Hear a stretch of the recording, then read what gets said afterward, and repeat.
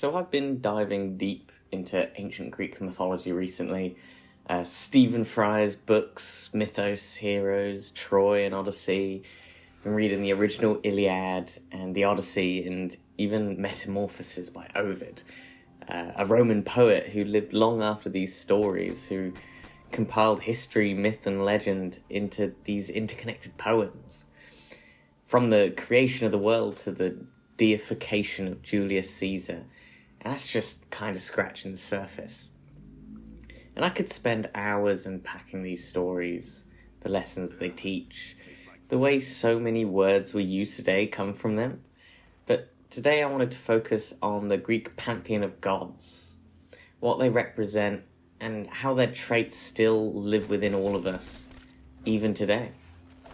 I'm sure in future videos we can explore more myths, heroes, and the countless fascinating stories from this time period.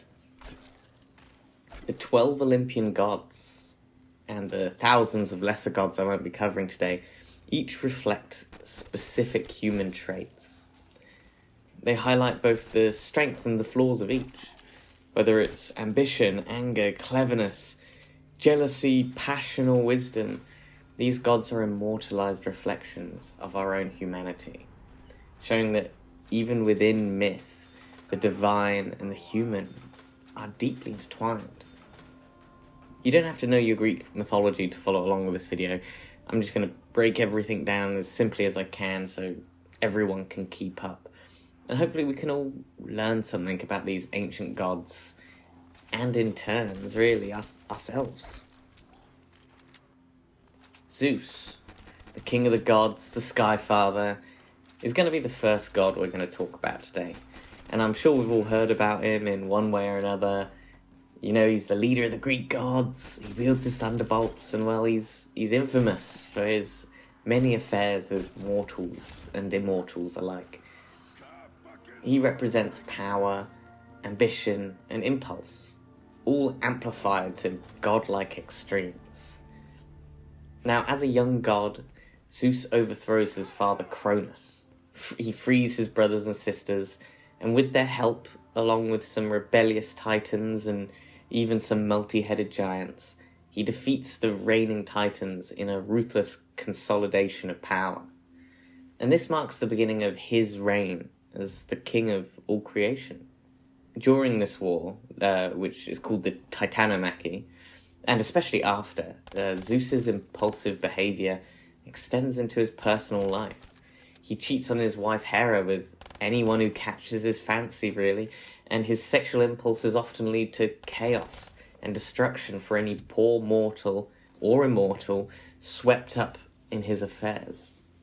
He manipulates people, sparks wars, and at one point he even floods the earth, killing all but 2 humans descended from his best friend and his eventual rival, Prometheus. Hera, of course, his wife, often discovers his affairs and punishes those involved, which we'll get into a bit later. So, what can we learn from the king of the gods, Zeus himself? One thing is that power needs accountability. You know, later on, as Uncle Ben would say in Spider-Man, with great power comes great responsibility. Zeus's impulsive ego often leads to chaos, showing us that true power isn't just domination. It lies in wisdom, justice, and responsibility. And that's a lesson that still holds today. And next up is Athena. Her story is incredible. Her mother, Metis, was a goddess of wisdom and counsel. While pregnant with Athena, she was swallowed by Zeus. But Athena wasn't gone, and neither was Metis. Athena was born and grew up inside of Zeus's head, causing him so much discomfort that he called upon his friend and fellow god Hephaestus to split his skull open with a giant axe. And in doing so, out popped Athena, fully grown and clad in armour. She represents wisdom, strategy, and is often associated with peace, justice, and the protection of cities, most notably Athens, which is named after her. Her symbol, the owl, became the emblem of the city. And funnily enough, it's even the symbol of my channel, the Athenian owl, a white owl on a blue background. So I might be a little biased towards her. But Athena appears all over Greek mythology, helping mortals and immortals with her incredible wisdom and her strategic thinking. During the Iliad, she inspires Odysseus to come up with the idea of the Trojan horse, which I'm sure you've all heard about. Ultimately, it was a clever strategy that ended this brutal Trojan War. And of course, even with her guidance, many heroes face terrible fates afterwards, showing that wisdom can influence events, but it doesn't remove all suffering. One of the most famous stories about Athena involves a mortal weaver named Arachne. Arachne was so talented that she challenged Athena to a weaving contest. And if you're into your Greek mythology, or you're starting out, you'll find out that if a mortal claims to be better at something or challenges immortal, it never really has great consequences. It's kind of like an affront to the gods, and as we'll see, she does get punished. They both produce perfect tapestries. Athena's showing the Titanomachy and all the exploits of the gods and all the incredible things they've done. But Arachne, she went too far. Her perfect tapestry, her work, depicted all the flaws of the gods. The many times there are affairs or brutal punishments, they were all pinned down into this beautiful tapestry. Depending on the version you might hear, Athena will either transform her into a spider on the spot, or Arachne, racked with guilt, hangs herself. And Athena turns her into a spider so she can continue weaving forever. And that, by the way, is where our word arachnid comes from. The story of Arachne and Athena teaches us a timeless lesson. That humility matters. Intelligence and skill are powerful, but arrogance can lead to downfall. Wisdom isn't just knowing what to do, it's knowing how to act with respect and humility. Criticism and challenges can guide our growth, and talent paired with our humility can often produce incredible things. Our next god is Ares, the god of war, one of two Olympian children of Zeus and Hera. While Athena represents strategic military skill, Ares embodies the violent, bloody, and chaotic sides of warfare. He represents bloodlust, destruction, and the untamed fury of battle. Now, straight from birth, Ares was angry, violent, and unpredictable, and because of this, despite his divine status, he was disliked by most of the other gods, except Aphrodite, the goddess of love, with whom he routinely had affairs with. But that relationship didn't end well for him. It was famously exposed when Aphrodite's husband, fellow Olympian Hephaestus, trapped the pair in an invisible net and revealed them to the ridicule of the other gods. There's a lot to unpack about the connection between love and war and how they're constantly having love affairs, but that's a future video all in itself. Ares doesn't have as many dramatic myths as some of the other gods, but he appears prominently in the Iliad. During the Trojan War, he intervenes in battles, he incites violence, escalates conflicts, and he often aids the Trojan heroes. And despite his power, he ends up fighting recklessly and defeated by a Greek hero, showing that raw force alone rarely succeeds. And this Greek hero, Diomedes, by the way, at this point where he defeats Ares, he is inspired, he is being powered by Athena, who, like I mentioned earlier, was kind of the tactical, more strategic side of warfare. So what can we learn from Ares? Impulse and unchecked anger are destructive and rarely productive. Even the fiercest aspects of humanity, our rage, aggression, Our desire for dominance, it needs to be tempered with strategy and restraint. Otherwise, they can create chaos, harm ourselves, and hurt those around us. Next, we have Hera, the queen of the gods, the sister and the wife of Zeus, and one of the most powerful and at times cruel deities in Greek mythology. She's the goddess of marriage, women, childbirth, and family. She was fiercely loyal to her husband, but that loyalty came hand in hand with an almost legendary jealousy of his many affairs. Hera punished anyone involved with Zeus, willing or not, and even their children. The most famous example is Heracles, or Hercules as he's better known.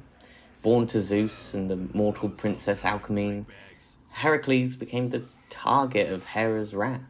She drove him mad, causing him to tragically kill his wife Megara and his children. And this event set him on the path to completing his famous 12 labours, a penance that shaped him into the hero we know today. Another famous victim of her jealousy was Io, a mortal woman loved by Zeus.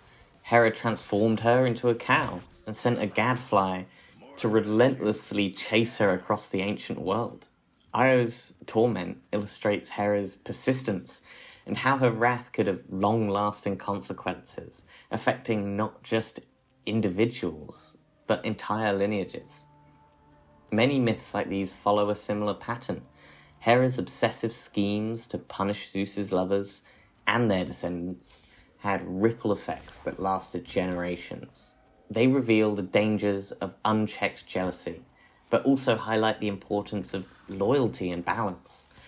In a way, her actions act as a cosmic mechanism, testing mortals and immortals alike, ensuring that divine power, or even human power, is used responsibly.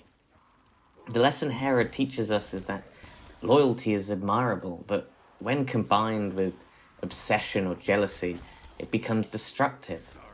Her myths invite us to reflect on our own impulses, question unjust systems, and understand that intense emotions can have far-reaching consequences if left unchecked. The next god on my list is Hermes, another child of Zeus, this time with a nymph named Maia. Hermes was known for his cunning, speed, and his trickster nature, very similar to Loki from Norse mythology. He was also the messenger of the gods and a guide of important souls to the underworld. And if you've ever seen a figure with wings on their sandals and on their helmet, that's almost certainly going to be Hermes. And what's fascinating about Hermes is that he was a trickster from birth, literally. On the very day he was born, he snuck out of his cradle and he stole Apollo's sacred cattle. But this wasn't just a simple theft. Hermes cleverly covered his tracks by making the cattle walk backwards, so their footprints would confuse anyone trying to follow them. And when Apollo eventually found out and confronted him, Hermes didn't respond with fear or aggression. Instead, he used his charm and his intelligence. He invented a musical instrument called the lyre out of a tortoiseshell and gifted it to Apollo. This act transformed Apollo's anger into admiration, and what could have been a lasting conflict ended up becoming a strong friendship. And Hermes goes on to help many heroes throughout Greek mythology. He guides Perseus, aids Heracles, and even has a hand helping Odysseus find his way home in the Odyssey. He's constantly solving problems, thinking outside the box, and finding solutions that others wouldn't even consider. But Hermes isn't purely good. His cleverness often blurs the line between right and wrong. As a trickster, he likes to bend rules, manipulate situations, and sometimes acts in a morally grey way to achieve his goals. And that's the lesson that Hermes ultimately teaches us. Cleverness and adaptability are incredibly powerful traits. The ability to think differently, to solve problems creatively, and to navigate complex situations is invaluable. But without a foundation of ethics, that same cleverness can lead to manipulation. Hermes shows us that truth and wisdom don't always come from following the obvious path. They often come through creativity, wit, and the courage to think differently. He teaches us to be agile thinkers like Odysseus, and to have the confidence to explore new paths, to always be aware of the line between cleverness and integrity. Our sixth and our final god for this video is Apollo. Interestingly, he's the only god who keeps the same name in both the Greek and Roman pantheons. He is the son of Zeus and the Titaness Leto, and his twin sister Artemis is said to have even helped deliver him. From the very beginning, Apollo is tied to power, precision, and purpose. He was revered as the god of light, music, prophecy, healing, archery, poetry, and later, the sun. That's quite a mouthful, but ultimately he represents knowledge, creativity, and balance, and was one of the most widely worshipped gods in the ancient world. One of his most important roles was as the patron of the Oracle of Delphi, a place where people would travel across the world to seek guidance. Kings, generals, and ordinary people all alike would ask Apollo for insight into the future, showing just how central he was to the idea of knowledge and truth. But like many of the gods, Apollo isn't without his darker moments. One of his most famous and brutal stories is with his encounter with Marsyas, a satyr who dared to challenge him to a musical contest. Marsyas played the flute while Apollo played the lyre, and Apollo ended up winning by flipping his instrument upside down and playing it perfectly in reverse, something that Marsyas just couldn't replicate. And instead of showing mercy, Apollo punished him brutally. He flayed him alive. It is a shocking moment, especially for a god associated with reason and harmony, and it reminds us that even the most enlightened figures can act with cruelty when pride is involved. And another story worth mentioning is Cassandra. Apollo granted her the gift of prophecy, but when she rejected him, he cursed her so that no one would ever believe her predictions, so she could see the future clearly, but was powerless to change it. It's one of the most tragic examples of knowledge without influence. So what does Apollo teach us? Talent, knowledge, and skill comes with responsibility. Whether it's creativity, intelligence, or influence, how we use our gifts matter. Without humility and restraint, even the most brilliant abilities can cause harm. And at the same time, Apollo inspires us to pursue excellence, to embrace art and curiosity and personal growth. His presence in philosophy and culture reminds us that wisdom and beauty are deeply intertwined, and that striving to improve ourselves can lead to a more meaningful life, as long as we don't let pride take control. So that was only 6 of the 12 Olympic gods, and we've already covered a large swath of very human traits that we all have. I'd love to have gone through all of them. Maybe I will do in a future video, but I'm already long over time. But here's the most important part. It's that these gods aren't just characters in old stories. They're reflections of us, and they still live within us to this day. Zeus is our ambition and ego. Athena is our intelligence and strategy. Ares is our anger. Hera, our loyalty and jealousy. Hermes is our cleverness. And Apollo is our talent and creativity. These traits exist within all of us, and the myths just exaggerate them to show what happens when they go unchecked, or when they're used well. Every decision you make, every reaction, every emotion, it's like one of these gods is speaking through you. And I know they might seem archaic at times, but the goal isn't to get rid of them or forget them. It's to understand them, to recognize when you're acting out of anger like Ares, or ego like Zeus, and instead choose wisdom like Athena. Greek mythology isn't just ancient storytelling. It's a mirror, a reflection of human nature that's just as relevant today as it was thousands of years ago. So the question is, which god do you see in yourself? Let me know in the comments, and if you want next time we can visit the other 6 gods in the pantheon, or even dive deeper into some of the craziest myths and what they teach us. Let me know what you'd like to see. Greek mythology is an incredible and exciting topic, and one I think everyone can learn from. And if this is your first trip down that rabbit hole, I hope it's inspired you to delve a little deeper. The books I mentioned at the beginning are all incredible starting points, especially Stephen Fry's quadrilogy on the subject. It's written in a very informal and modern way, and it's so easy to digest and understand. Now, I've spoken for way too long now, so if you've made it this far, thank you so much for watching. Love you, and bye-bye.